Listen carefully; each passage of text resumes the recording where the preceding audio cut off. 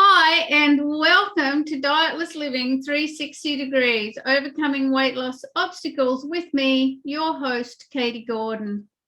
As a weight loss coach, I help my clients to overcome the weight loss obstacles that they have so that they can lose weight their way and lose it for life. But the old saying that it takes a village to raise a child also applies to reaching our weight loss and health goals, because the obstacles that we have to losing weight also reach out into the areas of our life, as we often have challenges and obstacles with relationships, work, finances, homes, families, our home environment, our businesses, and sometimes we even have injuries and far more complex health issues. So with that in mind, Dietless Living 360 Degrees brings in other professionals to help you overcome those obstacles. And today we have the wonderful Francis Borg. Francis Borg is a relationship therapist and a couples workshop presenter based in Boondall. Francis is in private practice and her business name is Brisbane North Counselling. She's married to Ian for 41 years, and in their earlier married life, Ian's work took them to live in 4 overseas countries and then back in Australia to live in North Queensland and in Darwin. They have 6 children and 11 grandchildren. I didn't know that about you, Francis. That's amazing. And Francis enjoys gardening, walking, most sports, knitting, and travel. And I definitely know she loves gardening. I've been to her place. She has a fantastic garden. Thank you. So welcome to the show, Francis. It's great having you with us today. Would you like to tell us a little bit about what you do and what the main way is that you help your clients? Hello, Katie, and thank you very much for welcoming me here today.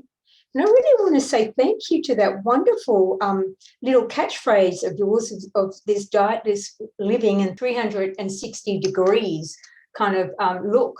That's really great. I really like that. It's really catchy and important. So, my world or my business world is about relationships and relationship counselling. So I'm a therapist. I do come from a number of professional backgrounds. So, and just to let you know, is that there is lots of lenses that I bring into my work.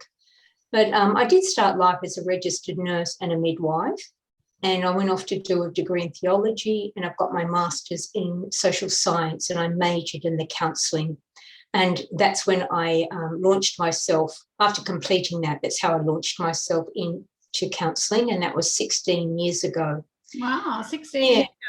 Yeah. And so when I first launched myself, I thought, because I had this being out in community, working in the public and private sectors in my nursing, and with my degree in theology, I was working in local hospitals here on the north side, the Royal Brisbane, and also at Holy Spirit near Prince Charles Hospital as a pastoral carer and as a chaplain.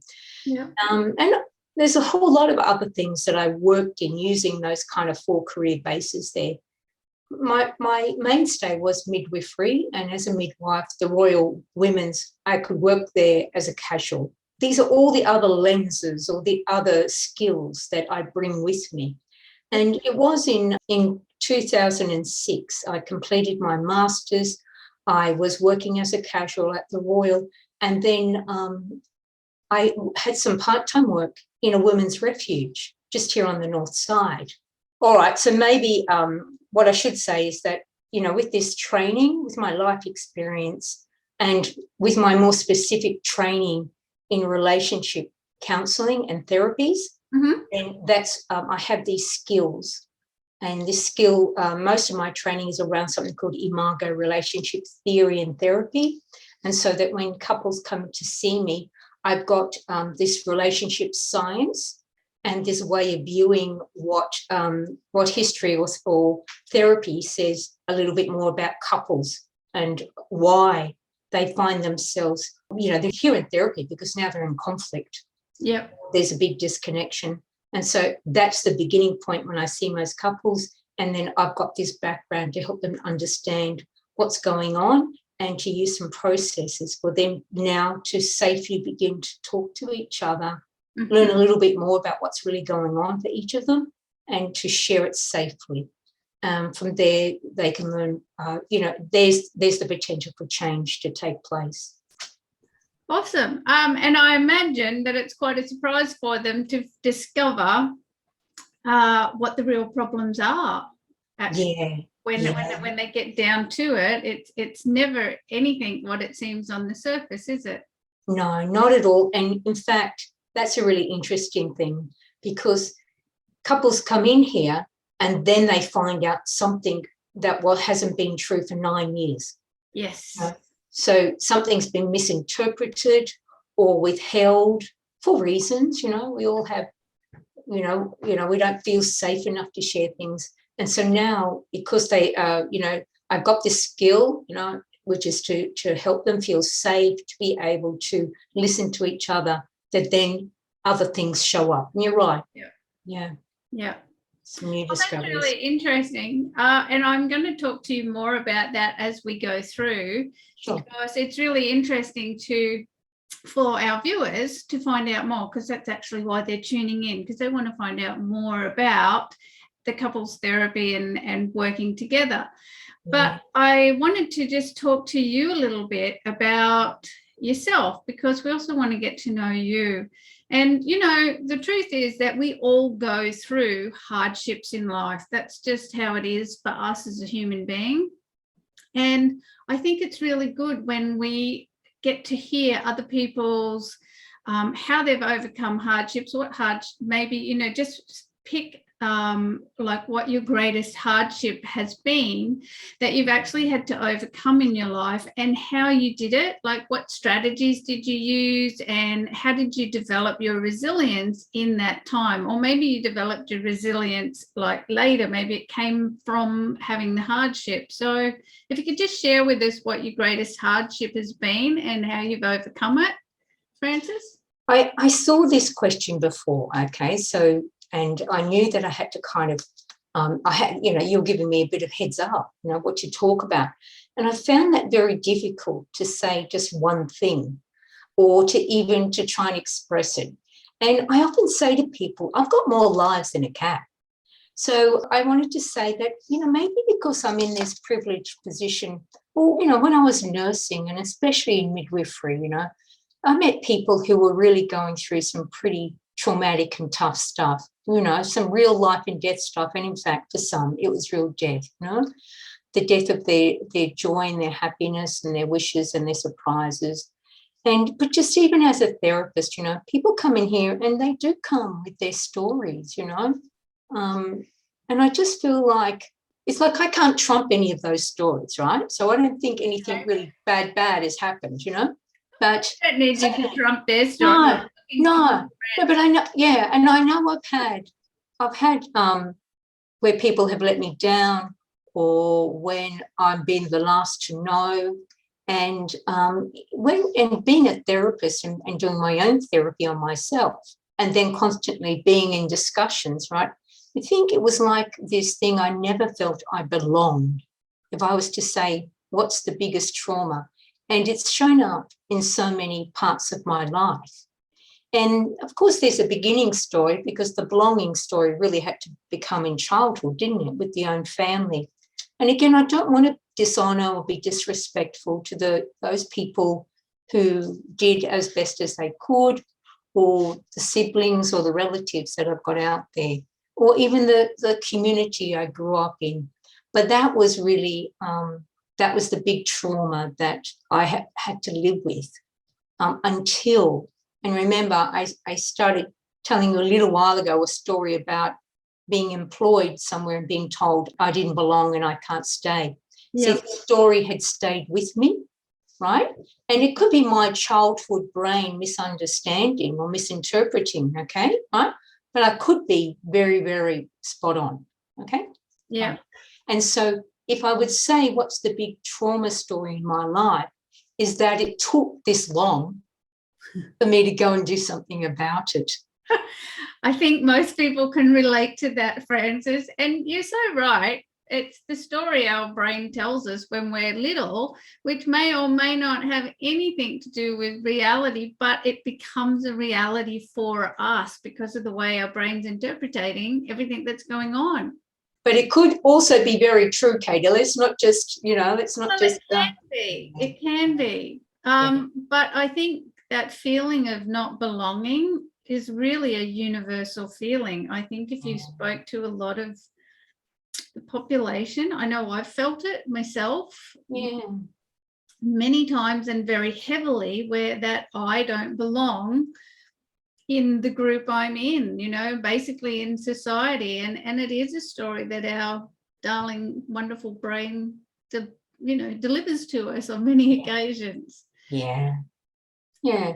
Look, So, everything that you know about everything to do with the counselling yourself, counselling with others. So what have been the things that you've used to leverage yourself out of that belief? well, I do remember one powerful story that I told myself as a child, okay? Because resilience, for me, what I think it means is learning to go with the ups and downs of life, okay? Yep. That sometimes a yes really is going to turn out to be no. And that no's may really always just be no's, But I remember thinking as a child, I know this story and I can see the picture in my head from a very young age of looking in a mirror, looking at myself and looking at my hair, my eyes, my nose. I'm not exactly sure what prompted me to do this, but I remember thinking, I like me. And I often say this even to my children who think it's absolutely hilarious, okay? But I've used this many a time during my life. I would say, I think I'm the nicest person I know. So I just think that picture of me looking in the mirror and me, that little line, and I don't know where I got it from, but I've had it for a lot of years. And I didn't really know what resilience meant, but I think that's where my resilience came from, that I had those little stories in my head to say. But again, how about that? It's so important, right, to be able to acknowledge and say that to ourselves, because I remember for myself, part of my feeling of not belonging was feeling obviously isolated, disassociated from those around me, which really came back to feeling disassociated from myself, like isolated from me, because I was looking to other people to tell me that I was okay and that I existed, and that's why I would belong. So you're looking at yourself and saying, I like me. Even though when all these other messages are coming around, like nobody's there and you're left on your own, sometimes it was the saving grace. It showed up. And it's what you're missing, right? That's what makes us feel like we don't belong, is that we don't like us. But if we like us, we belong to ourselves. For me, it's really like the key solution. Well, if I like me, I belong to me. And wherever I go, well, I'm there, so I'm okay. Well, it is a very, very important element. That's for sure. I think for each and every one of us. Okay. Do you remember how old you were when you had that? I reckon I was, I'm around 10, something like that. I'm before high school. Yeah. Look at your evolution starting. Yeah. Well, thank you for sharing that with us, Francis, because it's a really important story to share, because like I said, there's so many people that can identify with that feeling of not belonging. I think it's really universal. Yeah. So if there was something that we all take big risks, right? Life is hardships and risks. That's how we move forward. And having read your bio and that you've moved to a lot of countries, you've moved around a lot, you've got 6 children, 11 grandchildren. So what would you consider to be, you've had a very long and changeable career, like your career is built over stepping stones along the way. So what would you consider to be one of the biggest risks that you've ever taken, either in your life or career, and why you took it? Well, definitely, I started traveling actually while I was doing my general training. So I was really only 17 and started traveling. So there was overseas travel in third world countries there with just other nurses. So, there was all the oohs and ahs and how dangerous and risky other people would be saying or making comments about that. But to us at that time, we were just, well, what are teenagers? They're just risk takers, or, we just had all of this adrenaline and we did things. And definitely we were lucky. I was lucky that, I dodged some potentially dangerous things, but maybe that was intuition that came into play there. Yeah. So, and I think that my intuition has been my saving grace for many years. But yeah, it's a risk always, like even getting in your car or going to work, because, the way some of the workplace cultures are today, the traffic, road rage, but, choosing a life partner, at a very young age when you're saying I do and forever and ever. And what does that mean when you're only mid-20s? There's a lot of people who can say, how do they really know what that means when they're 20 or 30, when we're going to be living together till we're 90, potentially, Yeah.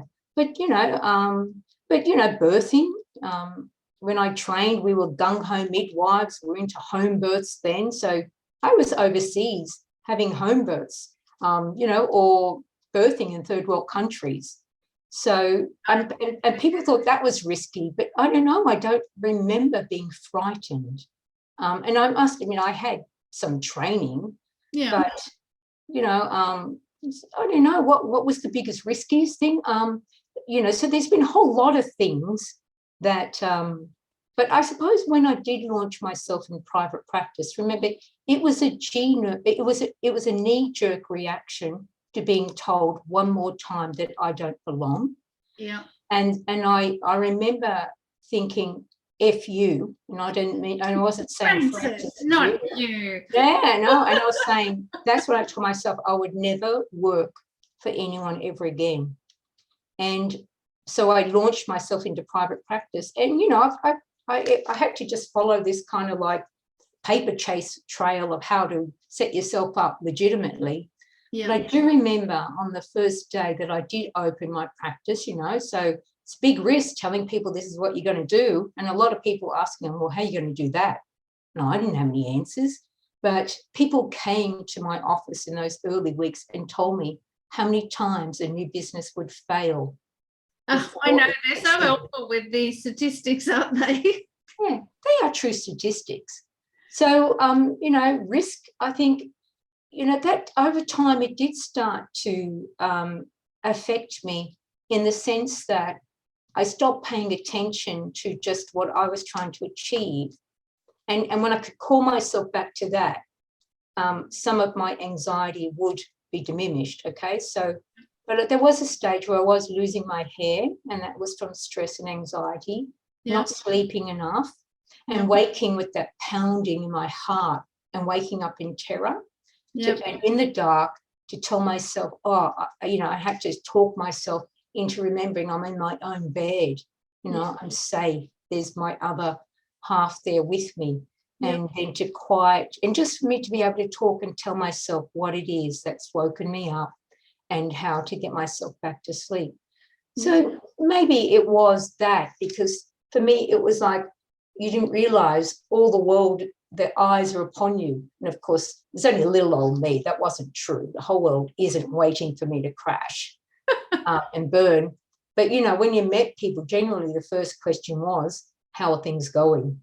And, what were the glossy lines to gloss it over? But, after a little while, even though I knew those things, I was doing well. I just had in my own little head, each month, there was a way, or each week, I would know I was doing better than the week before. I just looked at the books. I had clients, there was an income, and I was meeting my bills, my obligations and that. So, and it took me a lot of years. In fact, it took me a lot of years until I got into a business coaching group that I realized how cruisy I had been doing compared to a whole lot of other people, and I realized, oh my gosh, So you're doing really well at an easy pace and thinking that you weren't really there, but then when you saw how others are doing, it's like, maybe I'm doing better than I think. Well, it's not that I wasn't there, it's that I'm not a real business. And I don't know where that word came from, that I'm not real. And I must admit, sometimes people say, oh, that's a hobby. And that's really just a put down, isn't it? Well, it is. It's their opinion. Their way of, Yeah. Remember that Clint Eastwood, I think it was in his Dirty Harry movie, and he went, opinions are like arseholes, everybody has one. Yeah, yeah. And so sometimes I was listening to the wrong thing, so I could traumatize myself because of that, holding on to people who meant absolutely nothing to me. Yeah. Who meant absolutely nothing to me in the day-to-day of my life, who weren't the people there supporting me or loving me. Yeah. Or didn't actually have any real meaning to you. It's just people and their opinions. But, you touch on a real topic that I am sure I also can relate to it, that as somebody who's tried to branch out and do something that they're passionate about, that they're really gung-ho about, like, I can make a difference in the world, I have something to offer, and I'm gonna go out on my own and do it. And the night sweats of going, oh my God, am I, there's so much to learn, to do, to whatever, it never feels easy to do it. And you do wake up with night sweats and just, that heart palpitations and that just going, oh my God, how am I going to get through? There's so much to do. Yeah, but I had skills to make that go away. So thank you for that. And I could go back to sleep, and I still, the next day, the phone rang again, or some beautiful surprises just showed up out of nowhere. So yeah, that was really, I do remember those as well. I would remember that, So. And there you are, still helping people to mend their relationships so that they can continue on with their life in a happy, relaxed way. Or make better choices.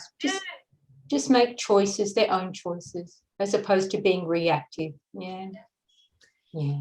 Is there anything that you would consider the hardest thing that you've ever voluntarily put yourself through? Like, we've just really covered, I think, a wide gamut of what is Francis Borg's life, because you've talked about all the things that may or may not be considered risks. Marriage is a good one, I think, because a lot of people go into that and then, run away. And you've talked about what the biggest risks are that you've taken.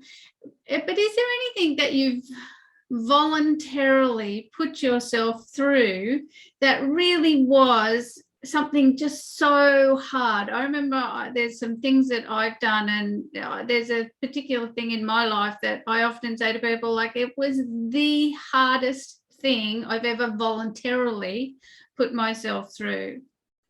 Well, when I was young and silly, and we were only 18 years old, or maybe we were 20, myself and 3 school friends had been taught. We played netball together. We talked about going overseas, and one of them organised it all. I just had to pay my bills and meet up with them. And I'd already been to Kathmandu in the Himalayas before when I was 18. So now I'm a bit older. And so I joined these other 3, and they were just a little bit younger than me. I think I was the oldest in our netball team. And we got given a free trek of a base camp of one of the highest, of Mount Everest. Okay. Yeah. And I must admit, not only was I not really adequately dressed enough, and even though they try and advise you what to take, so but we were trekking into thigh-deep snow. Oh. Yeah, and I must admit that was friggin', and I remember shaking and crying, because this was really something I had not thought or ever considered would happen. But fortunately, just some very nice villagers invited us in, and there was a fire, and I'm pretty sure this is where they had their animals. And so we were warmed up, and then they made popcorn. But, that was just a few hours of real discomfort.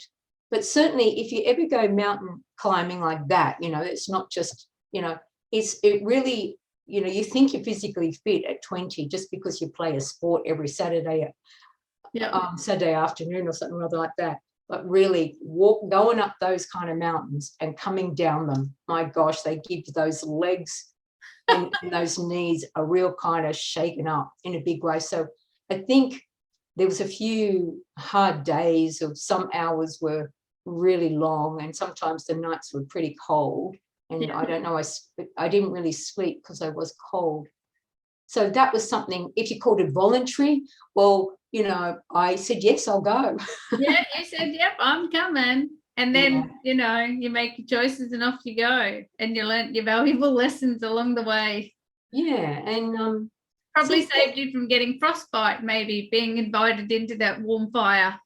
It was just beautiful of them. I mean, I'm oblivious to how we got in there. I mean, there was a group and we were with Sherpas, so we weren't alone for sure. But that's, again, just that's gung-ho young adult teenagers who'll just follow someone along. Oh, yeah, I can do that. That was great. I know. And it is kind of the story of my life. I'll jump and then I'll think, oh, okay. I think I love that about you, because that's such a good quality, I think. Just somebody says something and you, okay, I'm in. Let's see how it goes. Yeah, that is really a quality of mine.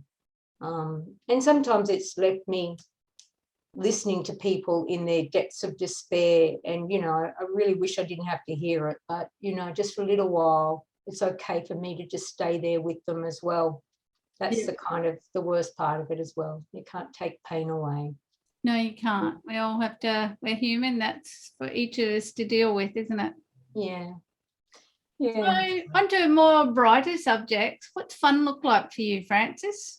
I think it's, at the moment, I find it fun that I've got this opportunity to connect with other people, as you know, through meetup groups. Yeah. And being able to join other people's groups.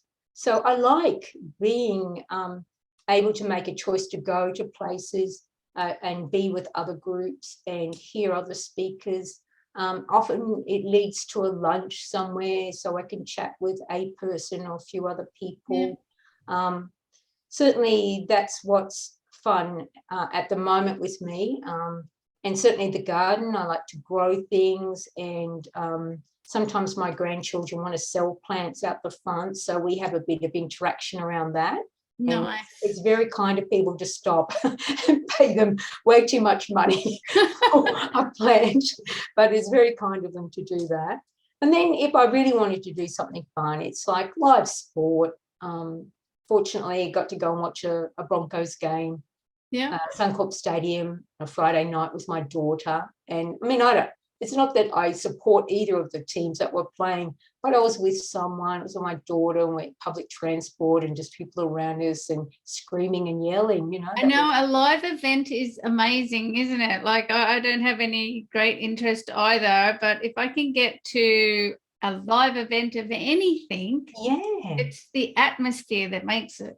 Yeah, even you're right. It could be music. Yeah. It could be instruments. As long as you don't have to be quiet all the time. I mean, I do like to go to live shows where you have to watch. Like, if I can interact on the sideline, that's even better. It's kind of like venting, isn't it? Yeah. But when we do, sometimes we travel. We do try and travel. My husband and I, or some of the family, come with us, and that's fun as well. It's really lovely going in groups. And I've done it occasionally with people for conferences, and even those have been fun, gathering with people I do know but I only see once or twice a year. I think that's fun as well. So I like to say I like connecting, and I think that's it about you, having had the career that you've had. You've traveled, you've lived in different places, you've got a big family. You've got 6 kids, 11 grandkids, and I can really see that about you, that it's important for you, and that you're just obviously very good at it. Connecting and gathering with people. And what I have learned since doing my own therapy and being a therapist as well is that it's true, you do find your own tribe, don't you? And it's okay when people don't like you or don't want to be with you. It's not the nicest way to feel, but I get it now, and it's easier for me to say that's okay. Because I've got all this other stuff to do. Exactly. And it's okay. And that's been a wonderful saving grace, I think, for me to now be able to verbalize that and to understand what that really means. Oh, thank you for sharing that. Can you share with us now what it is that you do to relax? Because everybody likes to relax, but most people think of relaxing watching TV, or that it's sort of more that, but I think there are much more beautiful ways that we can get relaxation, and I like to find out what other people's ideas are on that. Yeah, and relaxing for me is about time. Sometimes I can wake up in bed and think, oh, I got the whole day, and then I already feel relaxed. Yes. But I do like to go for walks. I think walks are great, but I go with a dog, so I really love that's my company. Yeah. I know if I really want to get myself in a relaxed zone, I read a book, because it switches everything off, and I actually sleep more. So that's a relaxing thing. I catch up on sleep because I read, and then it'll put me off to sleep. But again, I notice that sometimes music does that, and a nice rocking chair that I've got out the back. Rocking so I really don't have to go into massage, or I mean, I've got the aroma stuff. I mean, they all add something. Yeah. I was never big on massage, but occasionally, the water's lovely, going to the beach or in the pool. You just spend time out in your garden. Yeah. Garden just to potter around and move around in. Like, you've got a big garden, you can move around. It's not just like one wall. You've got a garden that you can meander through and check out. And I love that you have all your pets, previous pets, still with you in the garden. I think that's so great. So we've got our memorial tree. Yes. Guinea pigs past, and our dogs. Yeah. Where I grew up out in the hinterland of the Gold Coast, we grew up on 40 acres. Well, my siblings were there too, but I was the only one born in Queensland. Everyone else was born down New South Wales. And so my whole life I grew up on 40 acres. And my dad was a really good one for bringing home wildlife that he'd find on the side of the road at night on his way home. And so any of the wildlife that survived, we would take to David Flay's animal sanctuary at Burleigh. But all the ones that didn't survive, they all had little crosses down in the back paddock. I know that in my childhood, and I did it with my children, we had our little ritual, our farewell ritual, Yeah. Oh, that's lovely. And that's important too. I think so. That's really such a lovely thing to be able to share in that, because when we share in the grief of passing of animals, I think that's preparing us really well for the grief when we as adults have to say goodbye to people that we love. It's not such a surprise, and it's not such a out of the box kind of a feeling and concept that somebody is gone. And it's not just a one moment thing, is it? Like the heartbeat might just stop, and death has happened. But we're the ones that have left behind. At least we can calm and console each other by just having our little daily conversations about how we're going and what it's like without one of my favorite dogs. So that was really nice, to being able to talk about what it was like not having Monkey around and things like that. And you're right, it primes you for hopefully for when those other sudden and unexpected events happen to us. It will happen one day, won't it? And leavings and comings and goings are happening all the time, aren't they? They are. I mean, that's it. That's the whole thing of being a human's life. We have so many things that we have to overcome, and they're all thought of as obstacles, yet they're really all just the normal steps that are what we have to go through in life. Some have more than others, to be fair, but overall our ups and downs, that's what it's about. So, Francis, I think we've probably covered this, but maybe if we just sort of summarize it, what is it that drove you into this field of work that you're doing and motivated you to stick with it, especially sticking with it like as a business owner? It's not, as we talked about already, it's not always easy to keep waking up and going, yep, I'm going to keep sticking with this today.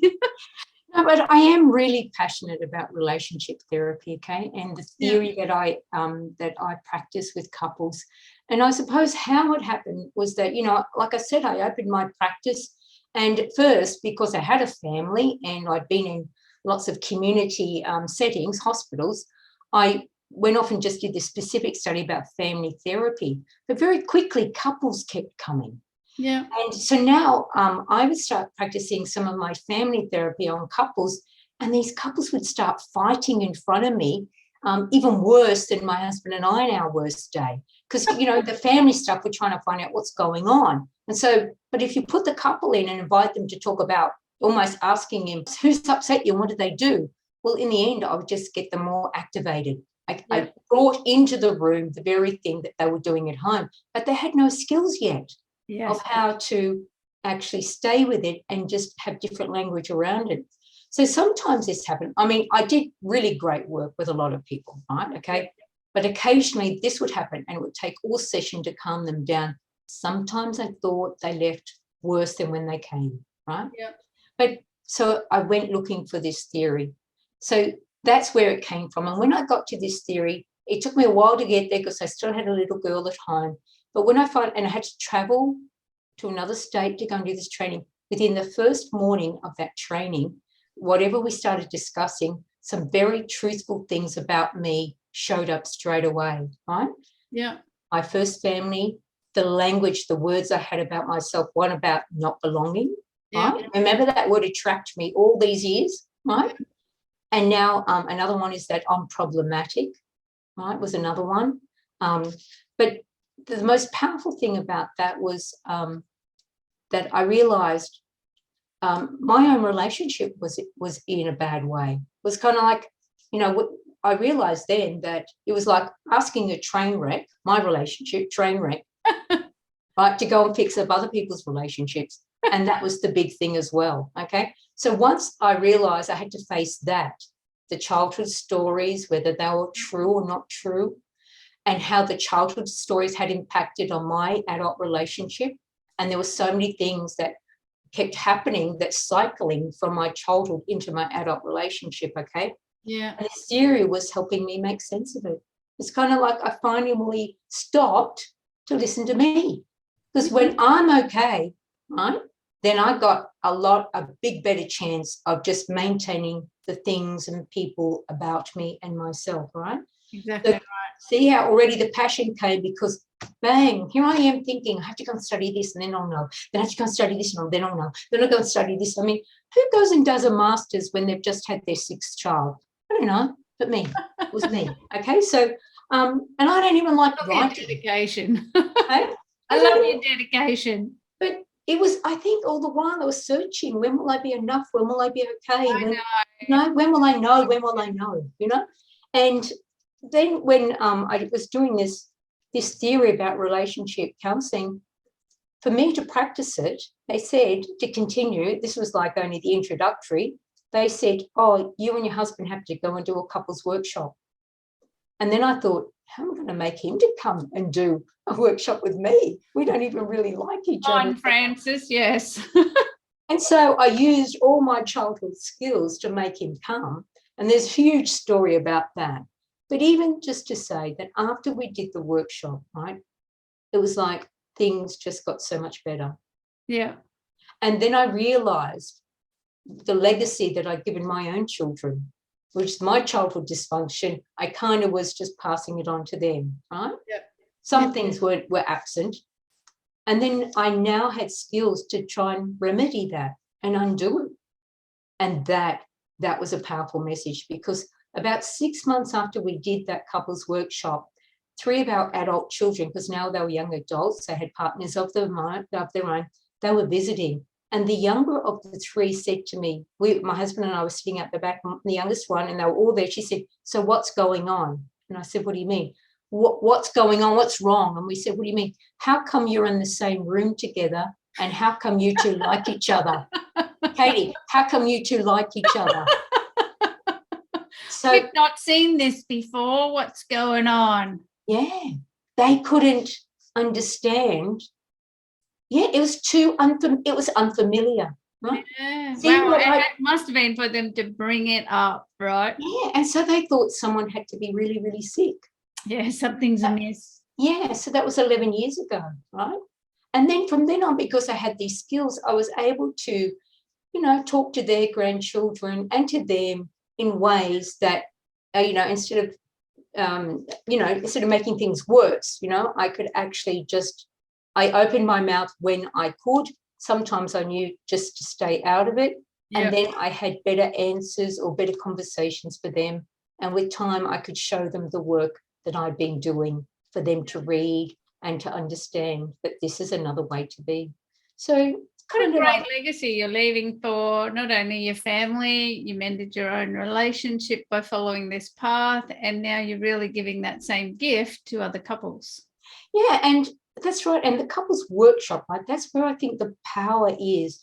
The most powerful message is immerse yourself with that other person, okay? I'm not trying to make people stay together, right? Yeah. It's not about that. I can just show you what the science says, what this theory, I can even show you where I get this information from. Yeah. It says, do more of this, do less of that, invite each other to do this work together. You'll come to you'll come to your own decision as to where we'll go. And I've even had couples say, thank you. Now we know how to separate and still look after our children. Yeah. Right? So that's a really important thing too. Yep. So important. Yeah. So when I get that feedback, then I'm just energized to keep going. Yeah. Of course. That's what it's all about, isn't it? Yeah. So, Francis, if people want to find out more about you, your couples workshops, and just how to work with you in general, how can they find you? What's the best place to go? I think you could just Google Brisbane North Counselling, right? Great. And you would find the website link there, and you go on there, and on that page you'll see if you want to do couples sessions, or my phone number's there, so people want to have a chat. I'm happy to talk to people beforehand, or people could see a bit more information about the couples workshop. Cool. And my next one is the 3rd, 4th and 5th of June, my next workshop. Okay, not far away. So if you're interested in couples counselling, doing a couples workshop, book in for June.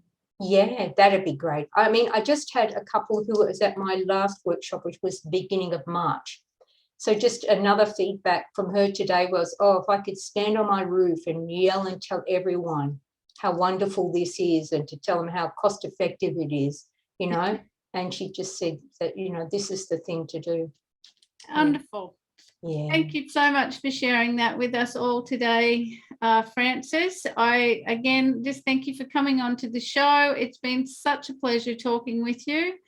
And thank you to you today for everyone who's viewing. It's always hard to say goodbye, so please make sure you subscribe to this channel. And please leave us a comment below and just let us know what you found valuable from the conversation today, especially from Frances's adventures and her life experiences and everything that she's shared with us today. So please do leave us a comment about our conversation and just exactly what obstacle it's helped you to overcome. So thanks again, Francis, and we'll sign it off there for now. So bye, everyone. And thank you very much, Katie. Bye, everyone. Bye.